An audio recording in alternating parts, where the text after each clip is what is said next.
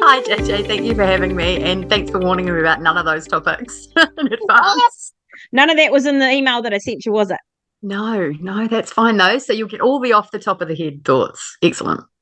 That's the best kind. Hey, look, do you want to give us now? I'm sure most people know who you are, but do you want to give us a bit of a rundown on your background, who you are, where Sure you thing. are? So, where am I? Well, let's start with where am I? I am on the beautiful west coast of the South Island, just inland from Hokitika. I live at a very small place called Kokatahi, or Kokatahi, as some of the locals call it. And I live here with my husband, Christopher, and our three children, Finny and Ashling and Rory, and two cats and a new puppy. So it's a lot.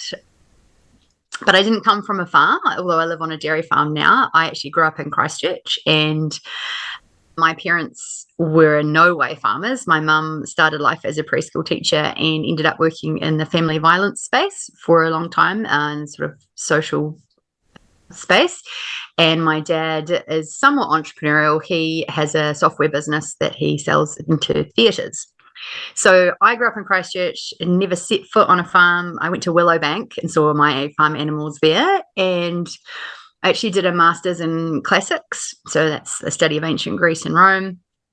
Studied Latin language. I mean, as you know, like this is the very useful stuff on a day-to-day basis. But like I learned how to learn, and I learned that when I'm interested in something, like I can go all in and just really I learned the skills of how to learn things and how to investigate stuff. So that was useful, and I had a great time. But I did come out of it with not many job prospects that were directly related. So that was interesting. And anyway, then I did an OE, like many Kiwis do, went and lived in London and then in Dublin, which was cool because I have an Irish name, Siobhan, and my maiden name was O'Rourke. So lots of Irish heritage, even though we're like, fourth, fifth generation New Zealanders. So after that, I was actually, while we were in Europe, I was with my now husband, Christopher, and we were in Rome, and I was taking photos of manhole covers, which sounds strange behavior, but it had SPQR on it, which is short for the Latin for the Senate and the people of Rome. And Christopher's like, why are you taking pictures of manhole covers just, out of interest? And I was like, well, like if I was teaching this one day, and then I was like, maybe I want to do teaching. And that's kind of where it started, that I thought maybe I'd be a teacher. So I came back from the OE in the middle of the GFC and trained to be a teacher. Did that for a bit, taught in Christchurch, and then at the same time Christopher went dairy farming, and so we went share milking. And while I was having babies and little kids, I went all in with the share milking business, and we moved around a lot. So when my eldest son was 11, he'd lived in 10 houses. So we kind of made this decision to go all in on the gypsy lifestyle. And I know it's not PC to call it gypsy, but because of my Irish heritage, I'm going to just own that term. Own it. I'm going to appropriate it. And also because genuinely we had a mindset that was, hey, you've got to pick up and move, and to get those opportunities, you've got to move from place to place. So for those of you that don't know, if you want a promotion in the dairy world, you have to move everything. You move your farm, you move your region. In some cases, you have to go to a completely different place to get that higher job, that bigger numbers, whatever the thing is. So we did that. What is that actually like, Siobhan? Like, how does that actually feel? If people are listening that aren't, I ended up in a real annual cycle where in March, April, I would start packing the house. And so now this time of the year, like we're talking in April, like normally we would be down to not like living out of effectively like one room and everything's packed, and you don't carry anything in your life that you don't like really quite need. And it's a strange thing. It is a mindset, and you kind of are just always a little bit half in, half out of communities. And so myself and Christopher always found that quite challenging, because we want to give to our communities that we live in, and you want to connect and make friends, and you do, but your friends know that you're there on a contract basis, and you know that you're there on a contract basis. And so if that contract isn't renewed, or you're moving to a different spot to progress, like that's just how it is. And certainly for our children, like that was hard at times, and the older they got, the harder it got. So I'm really excited that now, having gone through that share milking journey about 18 months ago, we bought our own farm. It's a very small farm in a very cheap part of the country, but that was the little hook that we could get into land ownership. So we have a 180 cow farm here on the beautiful West Coast, and we absolutely love it. We made sure we did a 50-50 rule in the same region before we bought here. So we sort of try before you buy. Can we handle the climate? But no, genuinely, we love it. And it's a beautiful community to be a part of. And our kids are really happy and really settled now. And they know that we're not moving again. And we're able to, they're all going to be able to do their full high school years, in a really settled place. So that means a lot to us. Yeah. Man, that's a big journey. So any things through that side of things, any major lessons that popped out or any kind of roadblocks or, pitfalls along the way?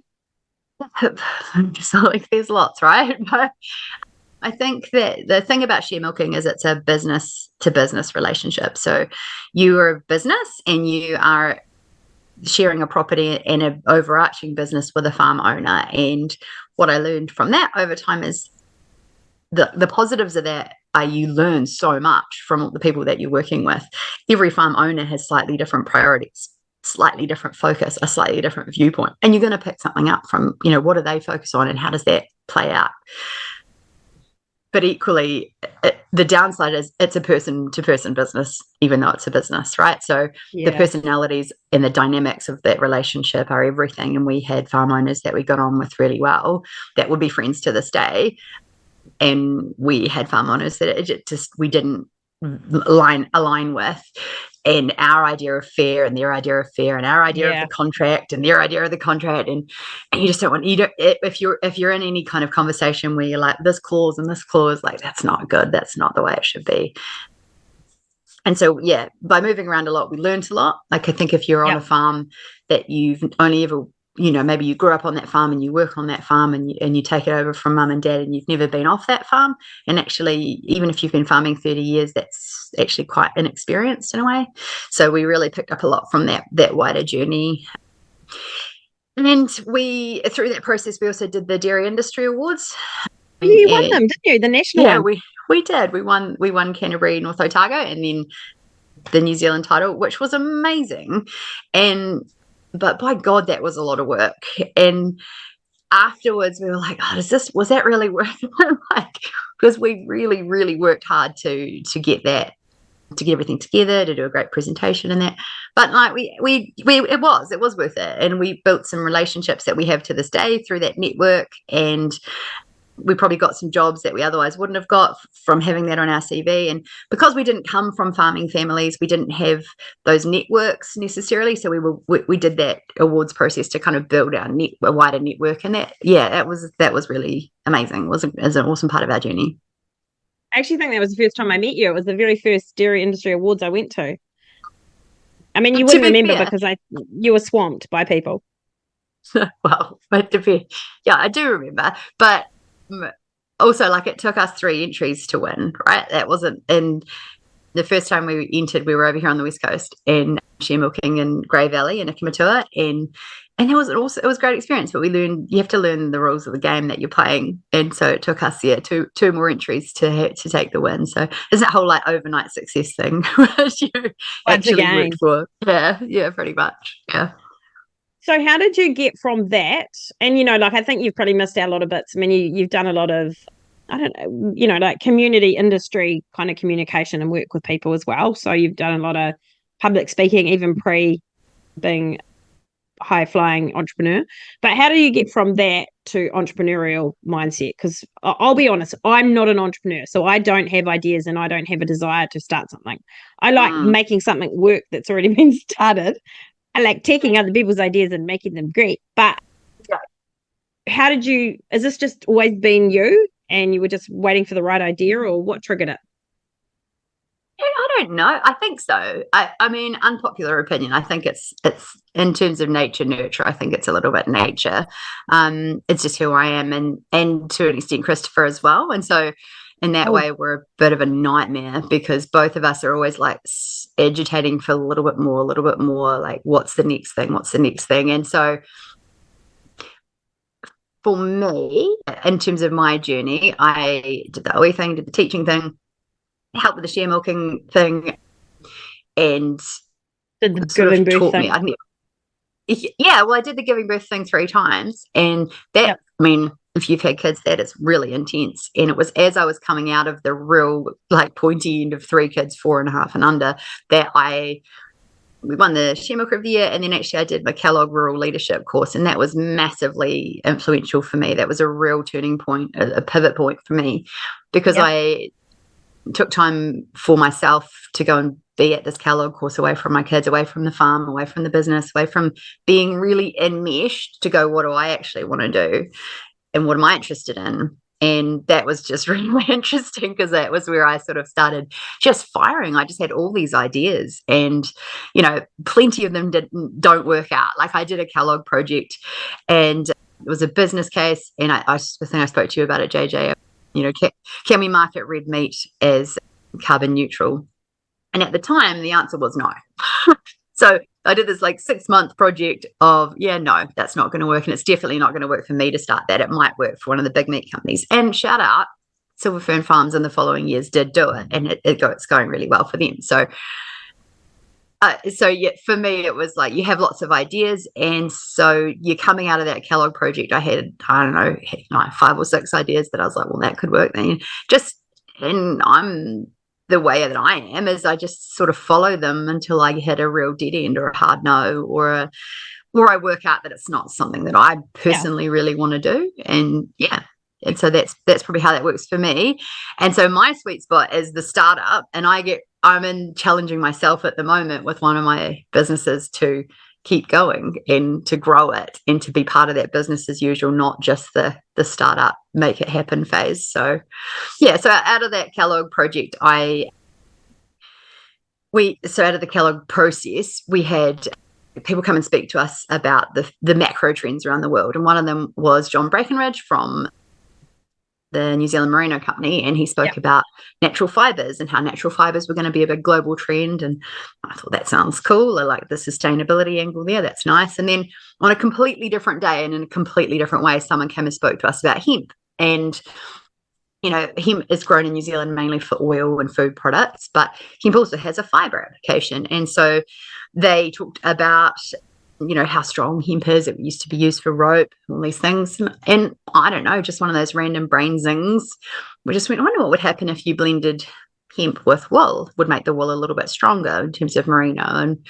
And I sat on that for probably 6 months. And then I just had to get really brave. And I called up Paul Ensor, who was at the time basically the only sheep farmer I knew, let alone merino farmer. The hardcore dairy farmer. And I said to him, what could you combine merino and hemp? And he was like, well, first of all, why would you? Because he's a purist. And he was like, merino's amazing. And I kind of explained my thinking. Blaspheme. Yeah, it was a bit like that.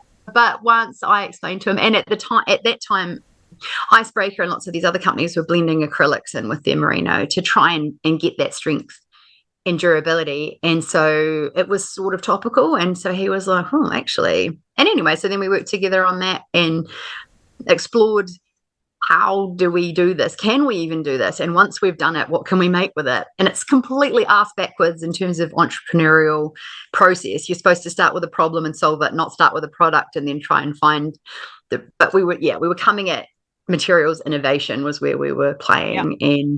And look, it's worked out incredibly. So now we have Hemp Reno. We also brought on another member of our Kellogg crew, which is Harriet Bell, and she is incredible at sales and marketing. And so she was the one who really helped us take our idea and then take it to market. And so now we sell beautiful knitwear. We sell these flash t-shirts. And we've been in market for about 2 years. Yeah. And was there a China trip in the middle of this too? Like, didn't you actually go and check factories and like there was something quite, you know, like when you say you kind of make it sound like you Googled a few things. Like you literally got quite deep in, didn't you? You know, it'd be fair to say you got your hands dirty. Yeah. And I tell you what, like I was freaking out that whole China trip, like nonstop, like the worst imposter syndrome from dusk till dawn. Like I was basically sweating the whole time, like they're going to know. So Paul and I went over to Shanghai. This is in 2019. We wanted to make a worsted yarn, which no one in New Zealand can make. And we ended up pivoting to a knitted yarn. So we can do that with our New Zealand-based partners now, which is awesome. But at the time, we thought we were making a worsted yarn. And so we went to Shanghai and we spoke to the two biggest wool spinners in the world. And we were like, well, first of all, why are they even meeting us? Second of all, who are we? Who do we think we are coming in? Us and we were just saying, can we do this? Can we blend hemp fiber and wool fiber? What would that cost? What would it look like? What do you need? And it was just to be able to have that conversation. We did get a grant and we put some of our own money in to go over and do that process. And then we started making samples with Sudvola, which is one of them. And their sample, the R&D facility was in Italy, which in 2020 was not a great location to be trying to do anything. And so that did drag out our R&D. The R&D took probably 3 years to get the right product, to get the right recipe, if you like. And I'm still massively, in Paul's depth, for he knows the technical side of it, what the length and the micron and the blend process and all the rest of it, the stuff, like the technical bits that I just can't get my head around. But that's why I love to collaborate, because I can't know everything. You can't do everything, and you just need someone else who buys into your mission as well. And so having Paul and Harriet, we're all farmers, we all have families, we all have full-time jobs as well. So we share the load and we all believe in our product. And so we're able to keep pushing it forward, and hopefully it grows to where it becomes one of our full-time jobs. But yeah, for right now, we just keep charging with it. Yeah. I'm going to challenge you a bit, because you said, you went about it all wrong because you meant to solve a problem. I think the problem was that we're having natural fibers mixed with, synthetic fibers. Not criticizing that, but if you can get the same attributes by having two natural fibers, that's solving a problem. And at the moment it's clothing, but what else can that lead to? Or what other forms of clothing can it be? And I know in the US there have been a big series of articles coming out where people are quite concerned about the synthetic activewear. And so, the opportunities, I guess, sometimes we don't realize what's happening, and there's huge opportunities. I look at it like you did. There was a problem that you had solved. You maybe just hadn't articulated what you thought the problem was. Yeah, fair. We knew that was where we were driving at. And also it sounds a bit much to say, we were trying to solve textile waste and fast fashion, right? Because our part of our goal was that our end garment, when it was finished with its long life, that it would biodegrade back to soil. Yeah. And because we're farmers, we had a real focus on the materials side of things, and like wider goals as well. What I'd love to see, and this is like my little soapbox pet project, is I'd love to see a hemp fiber industry in New Zealand. So also we're at this, we can't invent the whole picture right now, but if we prove the model, we prove demand by creating this product, this amazing knitwear, people buy it blows up, then we can backfill. Farmers everywhere in New Zealand can be growing hemp, which is an outstanding crop, which would diversify farm income in lots of areas. And I have my ideas about how I think that would work. We have partners who are looking at how to process that hemp fiber in New Zealand so we can have a fully New Zealand grown and manufactured product. But yeah, it's hard to know which part to start on, right? Like, so we start with the end market and work backwards. But I don't think lots of entrepreneurs have that whole value chain in mind when they're starting products either. So it's pretty weird. No, hemp's great. I used it. I actually got sent it by, I can't remember which company. I feel really bad forgetting now. But for bedding as well in the stables. And so it was actually quite awesome. Like probably the best bedding I've ever used, but I don't think it's so. There's other, and that would be your offshoots. That would be your waste that didn't go into the jerseys, or the shirts. Absolutely, because we need a very, very fine hemp fiber from the plant to make our clothing. But hemp has massive, we can make hemp-based concrete, packaging, insulation, like all that stuff. I have met recently with the on-farm MPI team to talk about some of the regulation that would need to change to enable farmers to be able to do that, because currently in New Zealand that is illegal to do it the way I would want to do it. But these things, we just just kind of keep the wheels turning. And that's very much the story of my entrepreneurial journey, right? It's like, it's a little bit here, it's a little bit there, it's a little bit there. And it sounds like, oh, I just like had this idea and we made this product. It took 3 years of an email, a trip, a package arrives, a phone call, a Zoom call, another email. And it just, it's not your full focus either. It's just happening in the background and you're growing all the time. And it gains its own sort of momentum over time. And I think too, the thing to realize is that it could happen on the week that, you get a sample back and it's on the week that there's exams at the high school where you're teaching, one of the kids is sick, something happens on the farm, inevitably things just all happen at once. And so it can be really difficult when you're an entrepreneur because you have to keep the energy in that. If you've got a time frame that you have to get feedback back about that garment or that, the specimen garment, because it's going to be another 3 months until they can get to you or whatever, then unfortunately you don't actually have control a lot over those timelines either, do you? That's right. And that's where I'm very, very blessed as well in terms of the people that I'm co-founding with, the collaborators that I have, because often, like if I'm under the pump, if it's spring calving and it's exam time, which all happens at the same time for me, well, hopefully at the same time my two co-founders aren't as under the pump, and equally when they're under the pump, hopefully that's when I've got the bandwidth to step up, right? And that's, entrepreneurial people often do it alone and find it a lonely journey, and it's a difficult thing to do, and I've very consciously not gone that route because I don't think that I could carry that. Maybe I could now that I'm a bit more experienced, but yeah, just exactly what you say. When you're under the pump and you have to do things, be really, really stressful, but that's also when you can lean on the team that you have with you.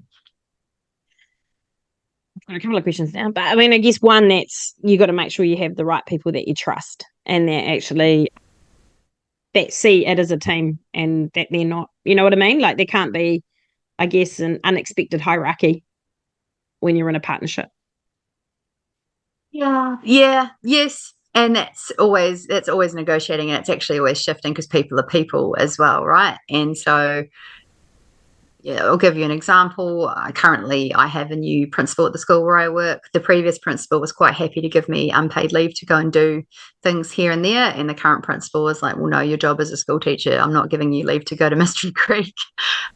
And so negotiating that then changes what I can contribute or the way that I'm contributing as well. So nothing is ever static, and that is the relationships with people. And Harriet's having another baby, that's going to change the load on her. Things are always changing, and I think that's just part of negotiating life. Yeah. Now, what have you got lessons, like some cool, I mean, I know it's been cool and it's been, and I've noticed some stuff, you've written some really cool stuff on LinkedIn too, where I've loved, I think you went to some show or something, you were at some event and you were like, wow, we had like 2 sales and we won't go here again. But are there any bigger kind of leadership lessons that you've had, or have you had any knockbacks? Like, is everyone supportive of this, or how has it been publicly as well? I think that people can be really supportive in lots of ways, and that's really nice. Like, my friends supporting me doesn't mean that they buy a jersey. It might mean that they like and share a post, or they tell a friend about Hemp Reno, right? And that's interesting. I've definitely experienced some tall poppy stuff in terms of, and it can manifest quite weirdly. It can manifest in people just not asking you about it or not wanting to talk about it. And so I find that quite strange sometimes, but you just roll with that and want people engage with people how they want to on those topics. In terms of leadership, I don't class myself like that often, other than to think, sometimes I ask myself, well, if I was running for Prime Minister, would I want this? Could I stand by everything and have everything come out into the open and make sure that my dealings are always honest and above board? And not that I'm going to do that, but just that I think sometimes it's a good reminder, because when you're really busy and under the pump, sometimes you do start looking for shortcuts, and it's not a moral failing on my part. It's just that you're desperately trying to get all these things done. And or sometimes you see an opportunity, you're like, well, that could be really cool. And you don't think about necessarily the downsides of it. And so you just have to give yourself time to take a step back and just make sure that that is where you want to go. I think that you do need to be careful about the people that you go on these journeys with, and set the expectations. What can you do? How much are you contributing? Where is it going? And how do you want it to end up? And I have had some really good, like, radically honest conversations with people that I've worked with over the years about that. And that's been really useful. And I'd say that's a good takeaway, even when you don't want to hear it, or it feels uncomfortable at the time. But I think imposter syndrome is quite hard for me sometimes, because I've literally been sweating when I push send on an email, right? Because you're asking for something, or you're making a big jump, or you're pursuing a line that you're not really sure that you can, and I don't underestimate that. The stress of that is actually real. And like I said, the whole time I was in Shanghai, I think I was in fight or flight mode. Just like nothing about China. China was amazing. Someone's going to work out I shouldn't be here.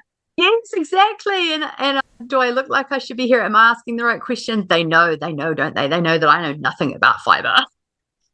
Just trying to be real, and also knowing that I had, like, their other clients are all dealing in the hundreds of millions, and I'm here counting my hundreds to make it through the trip. So, and in that way, I enjoy public speaking, so that doesn't really worry me so much. But you also never really know what questions you're going to get from people, and so I think it's because I'm a teacher. I talk at groups all day long.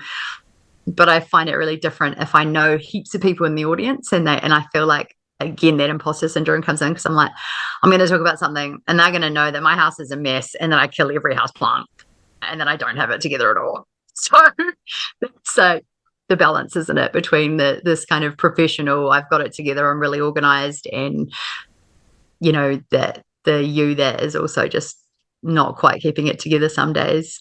And I don't keep enough bandwidth in my system. Like, if I do, like you said earlier about having a kid sick, like, I never plan for that. Always like, cool, you're sick. That's really inconvenient this week. But it's not convenient anyway, right? So it's just, and that being a mum always comes first. And sometimes you need reminders of that. Like, before Christmas this year, I had unfortunately, my oldest got hit by a car when he was riding his bike, and got helicoptered up to Greymouth. And it was really, that gave me a very deep shock to my core, I think. And a whole lot of things I had planned to do in December, I just went like, nope. Like, for instance, I didn't go to the big feed for Meet the Need, because like, that was like 3 days after that happened or something. And, but literally nothing else was that important after that. So I think for me, I have to get these reminders every now and again that, although, I love doing what I do, and I love all the different elements of the things that I do, actually there's the number one thing, it's family, and it always has to come back to that. Yeah. I think that's called being human, that forgetting. And I think, I think that's just a condition of humanness. Look, so you've done a really good job of explaining that this wasn't overnight. So this, 3 years from the idea to getting a garment, that's persistence. But what sort of messaging would you have for people? Because look, I'm really fortunate that lots of people share ideas with me.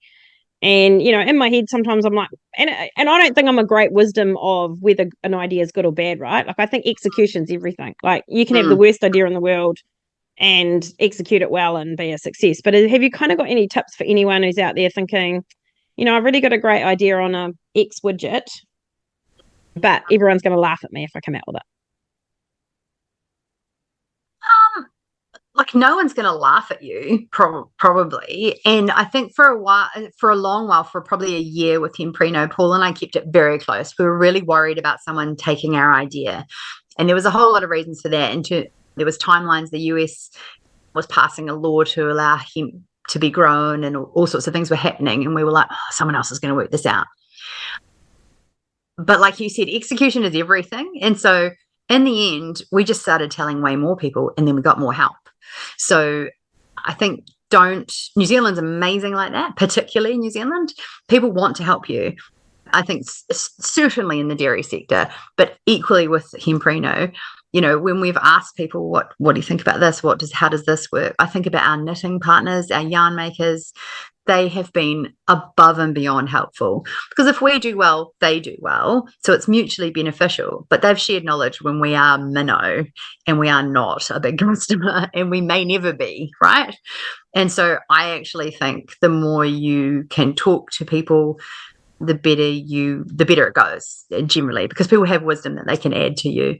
And I think what we're lacking at the moment in Hemp Reno, what we're actively looking for, is someone who is maybe 5 or 10 years further along the journey than we are, because we need someone who's been walking the path, and maybe not in apparel, right, but in the e-commerce space or in the entrepreneurial space. We want, how do we build our business from here to being a successful business in 5 years and 10 years? And those are the kind of, I think, really helpful relationships that can help you genuinely move from A to B. And certainly in our share milking journey, we often had friends and mentors who were just, that little step ahead of us on the progression ladder.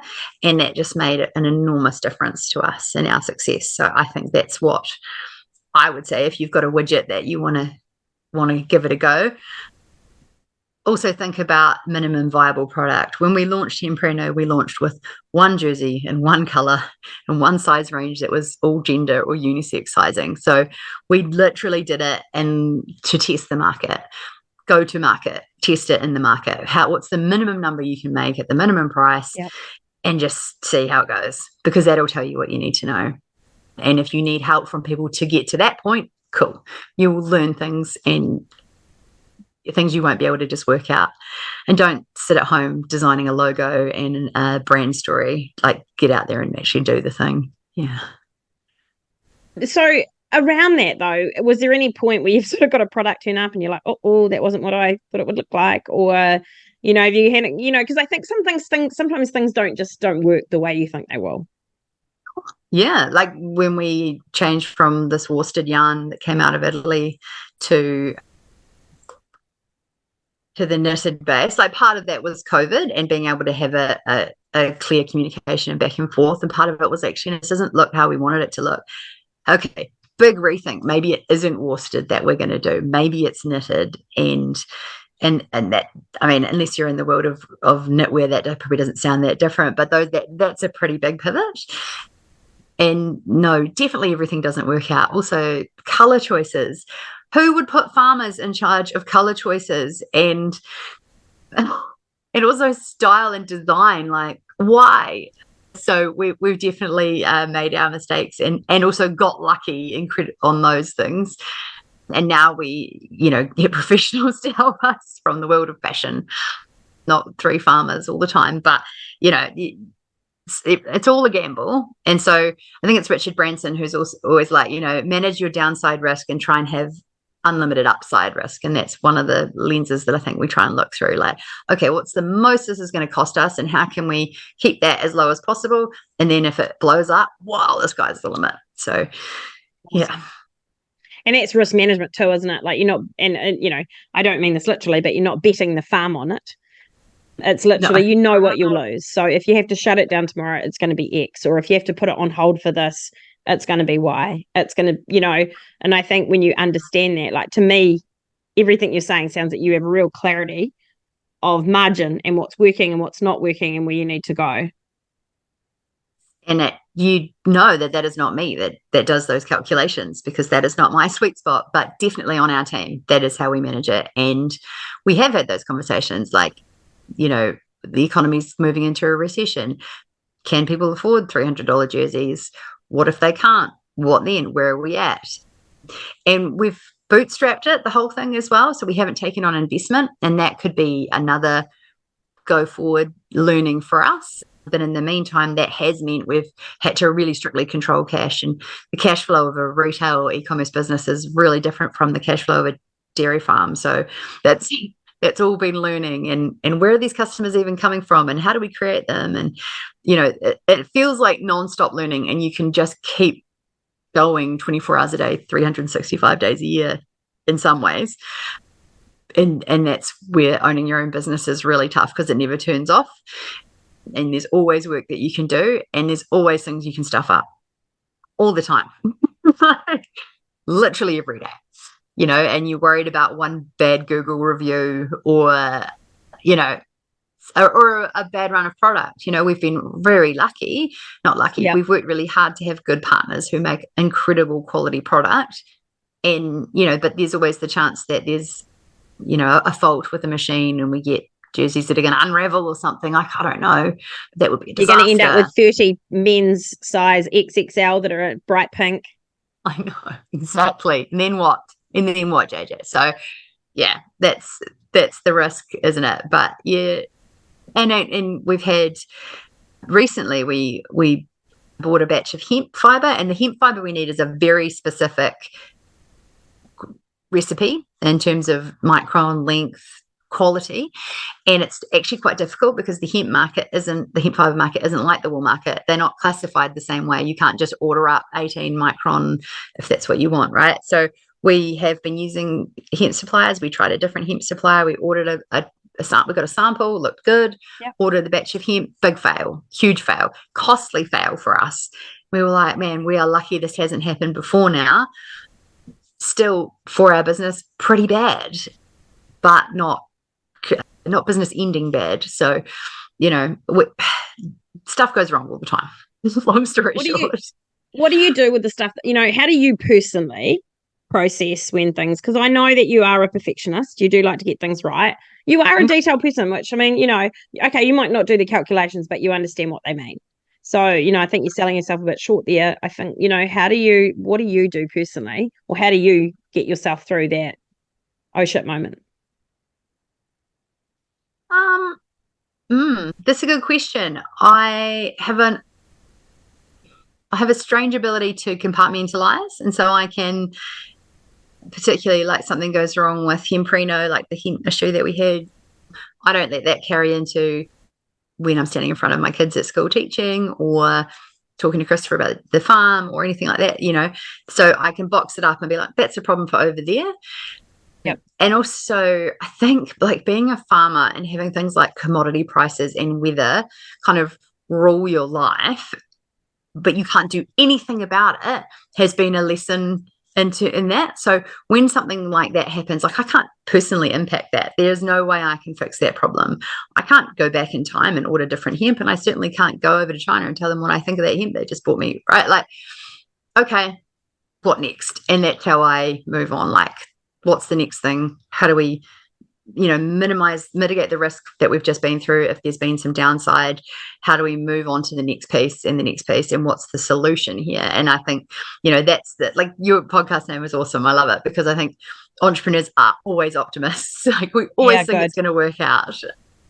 And so for me, I'm like, okay, that didn't work out, but it's going to work out eventually, right? So let's keep going until it works out, because that's where this is going, obviously. Like that whole "it's not over till the fat lady sings." And for years and years, I've had a personal value, like a personal motto of know better, do better.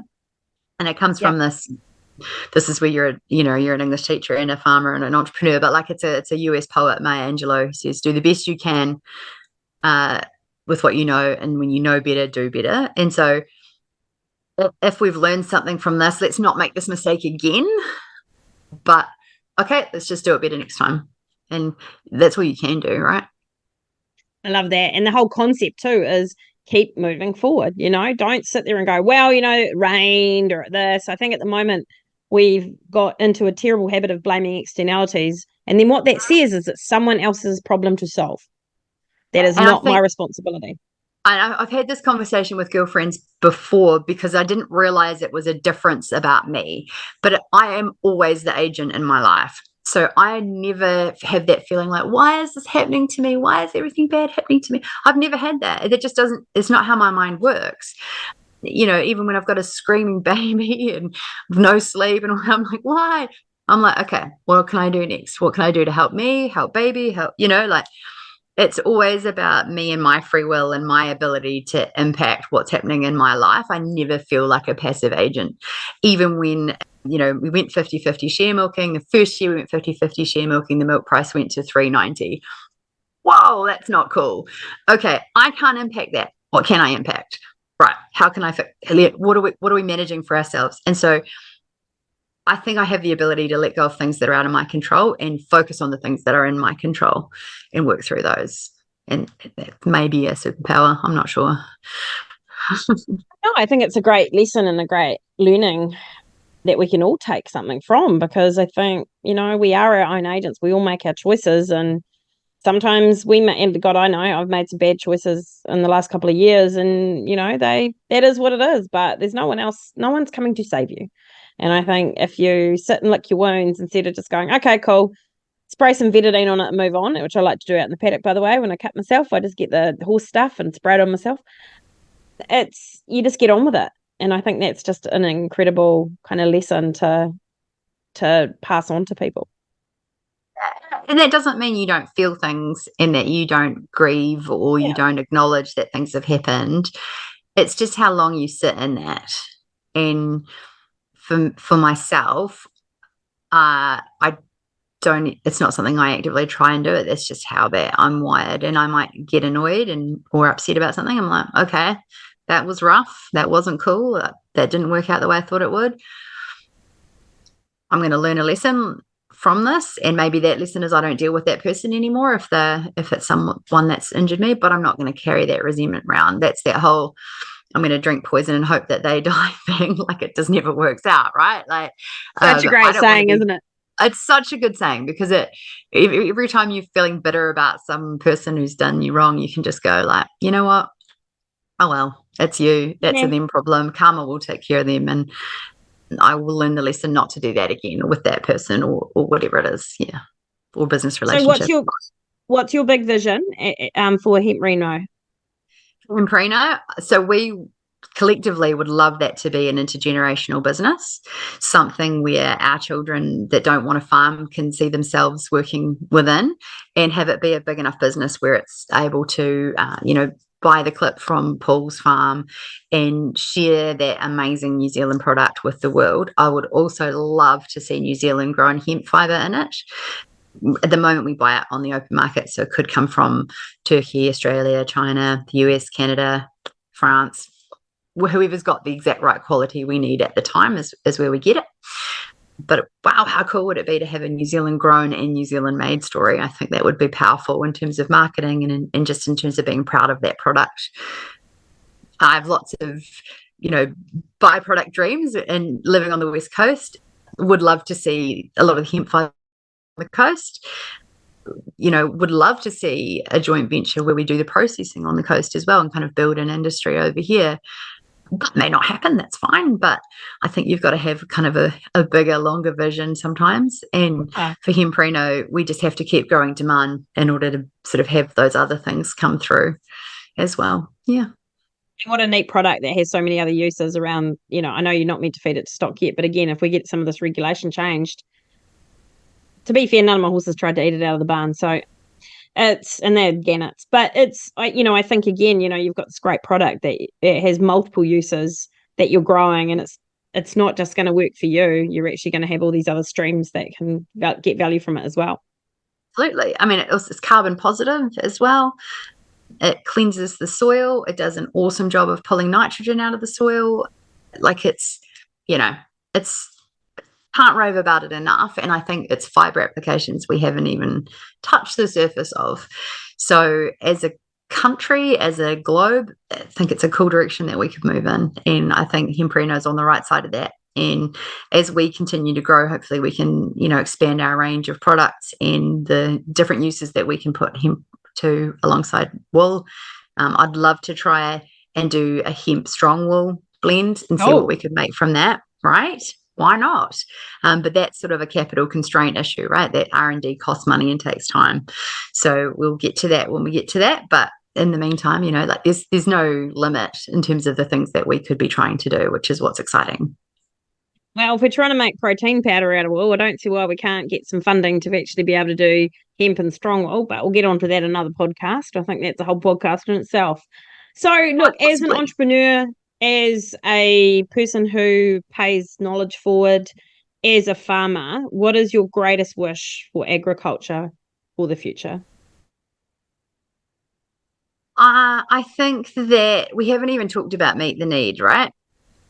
And so because it's part of that, to recap, Meet the Need is a charity that I co-founded in 2020, and we help farmers to donate livestock, cattle, deer, sheep, and now milk as well, to processors. It's a charitable supply chain where we can then take that donated product and supply it to food banks. So what do I think about New Zealand agriculture? I think it's ridiculous that we make so much food and we have hungry people in this country. So we need better systems, and Meet the Need is part of that process and feed out that part of that chain that I can see linking up farmers who make food. It's what we do. It's who we are, to the people that really need it. And I mean, I think everyone really needs good quality food. I know what you mean, though. Yeah, but you know what I mean. And so Those for agriculture, like, it's such an amazing space. I'm raising my children in an environment that is very different from how I was brought up, right? They're on farm rolling in the mud. And I grew up living in Christchurch, not doing that, not looking at cows and riding motorbikes. So I guess I kind of want that. I've made that active choice to go into that life. And I think, I obviously rate it very highly.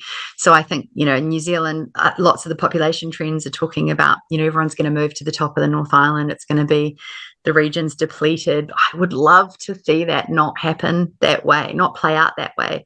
I would love some more families like myself to go from city life to regions and experience what I've been able to experience. And alongside that, growing incredible food, which is what we do in this country.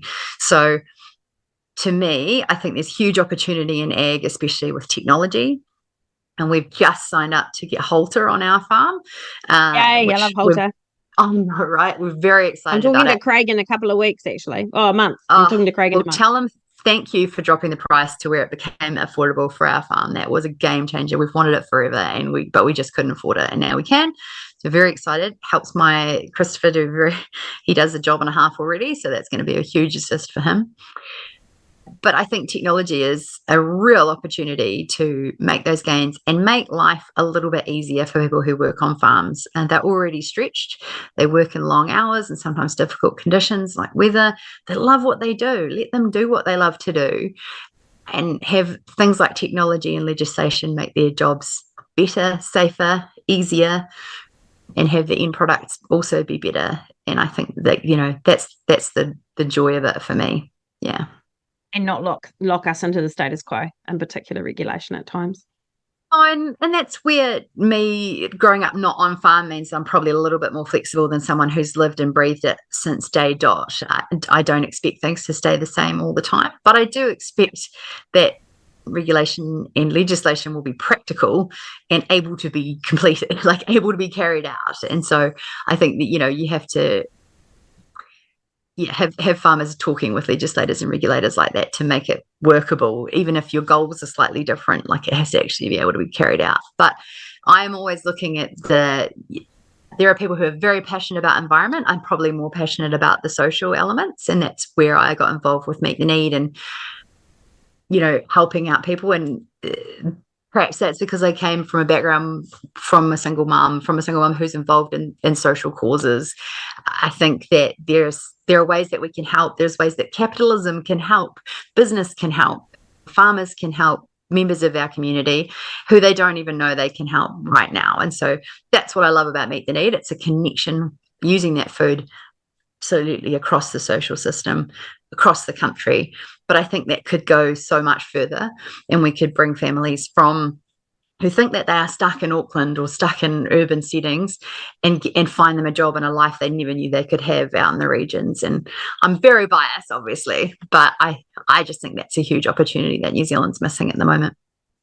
And that's an awesome wish. I also want to take this opportunity to say a massive thank you for the systems and everything that you set up with Meet the Need. It's incredible. Definitely something I could never have done, and just unbelievable. Like the complexity of what your idea was, and the fact that you were able to execute and set up systems that are enduring is pretty awesome. So I don't think you'll probably ever give yourself credit for that. And nobody ever gives the guy credit, right? That did the stuff that is kind of not exciting. Yeah, maybe. you know? Like, I mean, many people know I co-founded that with Wayne Langford, and it was Yep. very much his idea. But I was the person that came in behind and filled out the forms and, yeah, as you say, set up the But there's no systems. TikTok. Nobody wants to watch a TikTok, right, of somebody sorting out agreements, you know?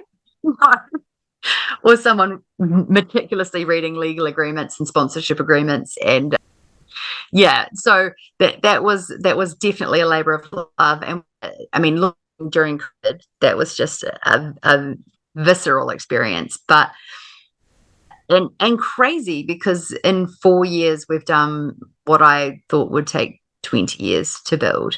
And that is just a testament to New Zealand farmers. They got on board, and New Zealand agribusinesses who got on board and went, yeah, we get this. Let's Yeah. do this. Damn, I wish I could have monetized that, because it's been so successful.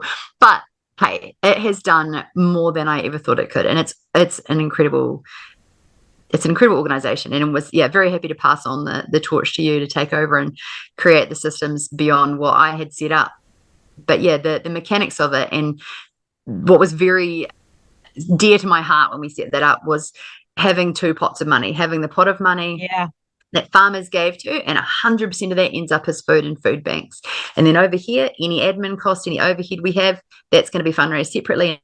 Everyone's clear on that. That's what that money is for if it's being used, because I think people have got quite cynical about charities, and they want to know when they're donating where it's going.